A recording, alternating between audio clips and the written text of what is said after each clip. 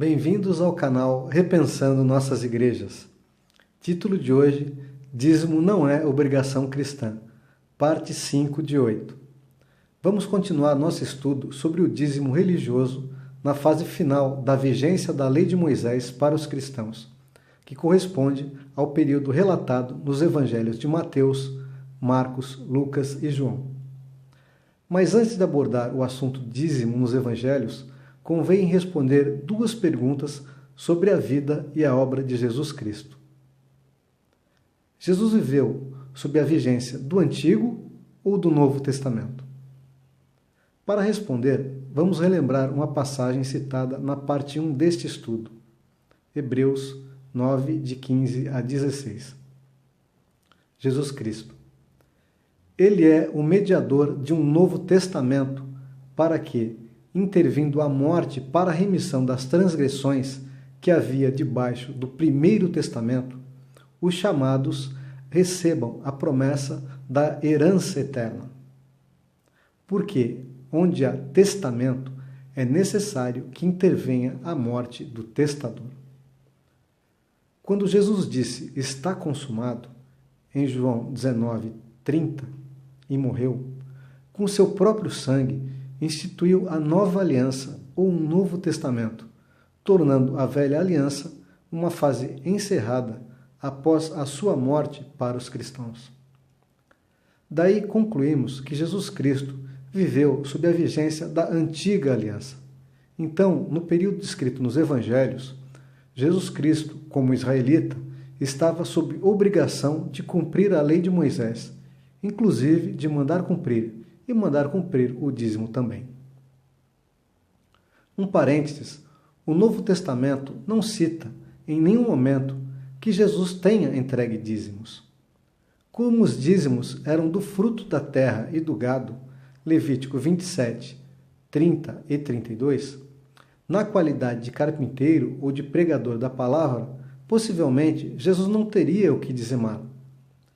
Além disso, quando houve o chamado dos primeiros apóstolos com a pesca milagrosa, em Lucas capítulo 5, versos 9 a 11, Jesus não determinou que Pedro, Tiago e João separassem o dízimo da pesca ou da sua venda antes de segui-lo. Agora vamos a outra pergunta. O objetivo de Jesus foi cumprir ou abolir a lei de Moisés do Antigo Testamento?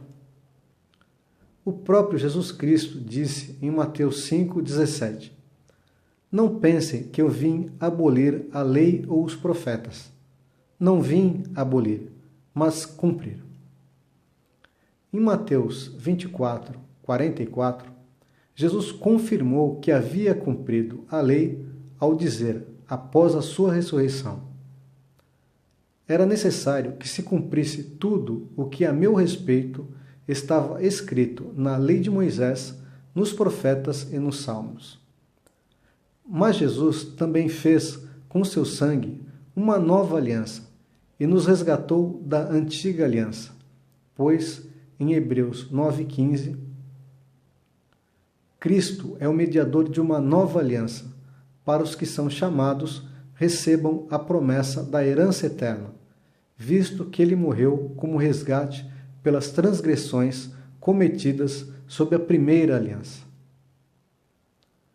Portanto, agora já não há condenação para os que estão em Cristo Jesus, porque por meio de Cristo Jesus, a lei do Espírito de vida me libertou da lei do pecado e da morte, conforme Romanos 8, versos 1 e 2. Em outras palavras, a obra de Cristo na vida do cristão termina com as exigências da lei de Moisés, pois o texto de Romanos 10, verso 4, pode ser traduzido literalmente do grego: "Fim, pois, da lei Cristo é, para a justiça para todo o que crê", conforme Novo Testamento Interlinear Analítico.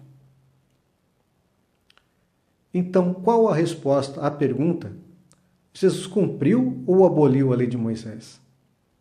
Cristo cumpriu, também nos salvou e nos libertou da obrigação da lei de Moisés, Assim, finalizou a vigência da lei para a igreja cristã, que não está debaixo da lei, mas debaixo da graça, conforme Romanos 6, verso 14.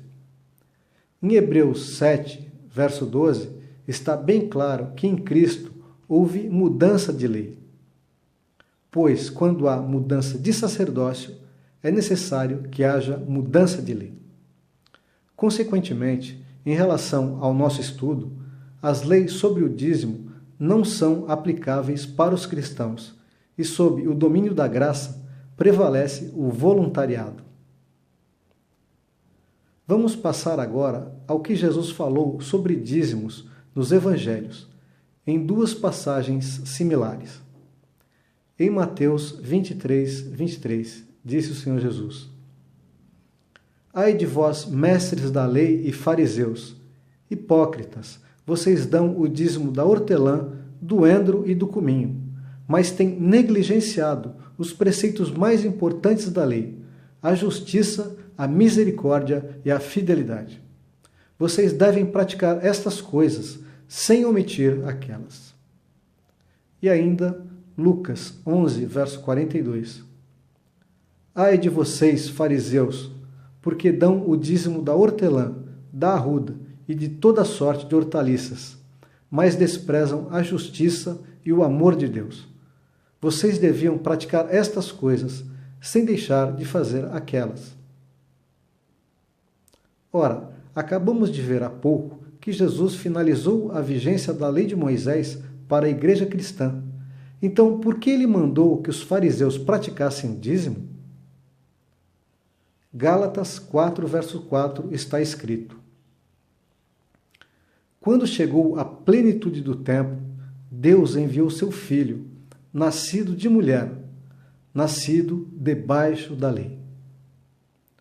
Obviamente que Jesus, nascido em Belém, era judeu da tribo de Judá, e como ele mesmo havia dito, vim para cumprir a lei, naquele período estava debaixo da lei. Então Jesus mandou que os fariseus cumprissem a lei do dízimo. Mas a lei foi finalizada com a morte de Cristo. Após a sua morte e ressurreição, não havia nenhum sentido em entregar os dízimos para sustentar os sacerdotes que realizavam sacrifícios de animais no templo de Jerusalém para a expiação dos pecados do povo. Atenção! Para os cristãos, os sacrifícios de animais no templo de Jerusalém se tornaram inúteis ao serem realizados após o sacrifício de Jesus na cruz do Calvário, assim como o ofício dos sacerdotes, o seu sustento pelos dízimos e a própria permanência do templo de Jerusalém.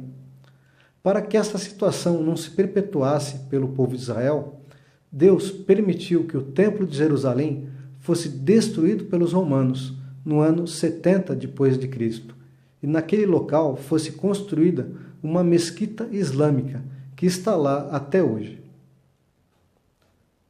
Agora, vamos concluir e deixar o assunto bem esclarecido.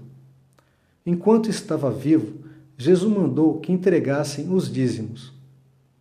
Mas, após derramar seu próprio sangue, não havia nenhum sentido um judeu convertido a Cristo continuar entregando o dízimo no templo para manter os sacerdotes realizando sacrifícios de animais pela expiação dos pecados do povo.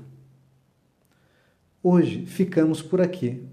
No próximo vídeo vamos continuar o nosso estudo sobre o dízimo no período que vai da morte de Cristo até os dias atuais, regido pela graça e não pela lei de Moisés. Então, até a próxima, se Deus nos permitir.